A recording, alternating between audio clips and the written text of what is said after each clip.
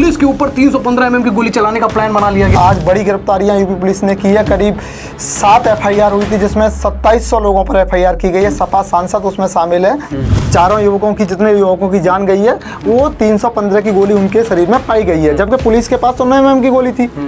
संभल में 4 लड़कों की जो मौत हुई थी, उस पर पुलिस पर आरोप लगा था कि पुलिस वालों की गोली से इन 4 लड़कों की मौत हुई है। लेकिन इस खबर में एक बहुत बड़ा खुलासा हुआ है और वो खुलासा हम आपको बताएंगे। आप भी सुनकर हैरान रह जाएंगे कि कैसे सोची साजी एक साजिश थी, समझी साजिश थी, जिसके तहत पुलिस को फंसाया गया। संदीप जी, क्या मामला है जो 4 लड़कों की मौत हुई है, उस पर जो आरोप लगा था, उस पर एक नई अपडेट आई है, बताइए जरा दर्शकों। नई अपडेट ये आई है कि पुलिस ने पूरा खुलासा कर लिया।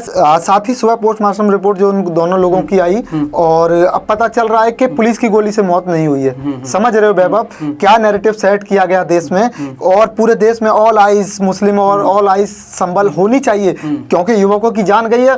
दर्द होता है, जान होती है, पर एक अलग नैरेटिव सेट करना कि पुलिस ने गोली मार दी, क्योंकि खुलासा ऐसा हुआ है, पोस्टमार्टम रिपोर्ट में क्लियर आ गया है कि जो दोनों चारों युवकों की, जितने युवकों की जान गई है, वो 315 की गोली उनके शरीर में पाई गई है, जबकि पुलिस के पास 9 mm की गोली थी। तो ये गोली कहां से आई, भीड़ में चली, किसने चलाई, कौन टारगेट था, किसको टारगेट किया, ये समझना बड़ा मुश्किल था।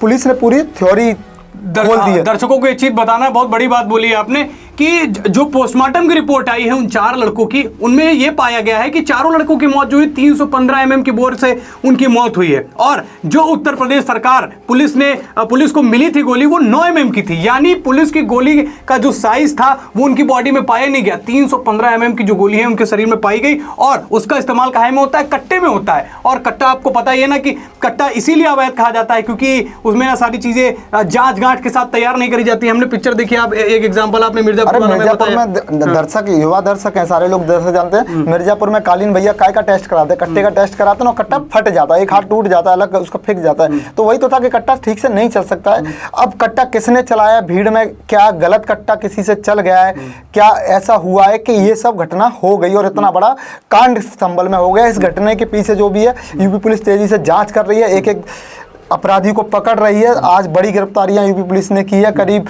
7 FIR हुई थी, जिसमें 2700 लोगों पर FIR की गई है। सपा सांसद उसमें शामिल है। और एक कमाल की बात बताता हूँ, दैनिक भास्कर की आज रिपोर्ट में पढ़ रहा था, आप भी देखिए क्या रिपोर्ट है। बवाल के लिए लोगों को 5 किलोमीटर दूर से बुलाया गया था। यानी जो 4 युवक जो खत्म हुए, जिसमें कि बिलाल, नोमान और कैफे और नईम जो थे, ये दूर के रहने वाले थे। इसमें जो 2 युवक थे, बिलाल और नोमान, हाँ नोमान जो थे, बिलाल और नोमान जो थे, इनके बवाल जो था उससे इनके घर की दूरी 5 किलोमीटर की थी। 5 किलोमीटर ये लोग दूर रहते थे।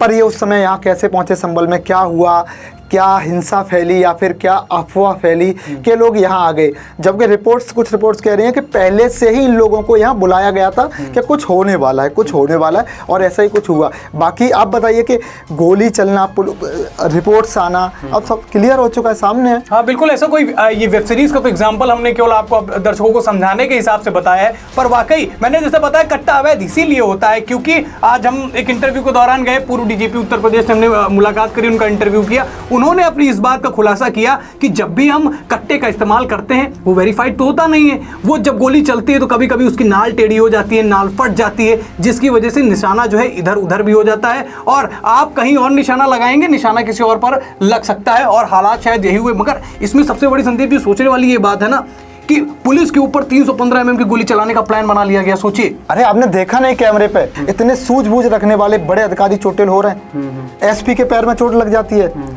देखिए पॉलिटिक्स कितनी तेज हो गई है। बहराइच पर शांत रहने वाला विपक्ष आज देखो, बहराइच पर जो छाती पीटने वाला विपक्ष था, इन्हें शर्म करनी चाहिए कि अभी जो संभल के हालात हैं, उन हालातों को ठीक करने के लिए इन सारे नेताओं को एक लोगों को मैसेज देना चाहिए, क्लियर मैसेज देना चाहिए कि संभल के जो भी हालात हैं, हम सभी लोगों को भाईचारे का, प्यार मोहब्बत का माहौल दिखा के सब कुछ ठीक करना चाहिए। पर ये लोग क्या कर रहे हैं, उल्टे सीधे बयान दे रहे हैं, झूठी थ्योरियों को थोप रहे हैं, अलग नैरेटिव सेट कर रहे हैं। तो ऐसा नहीं होना चाहिए।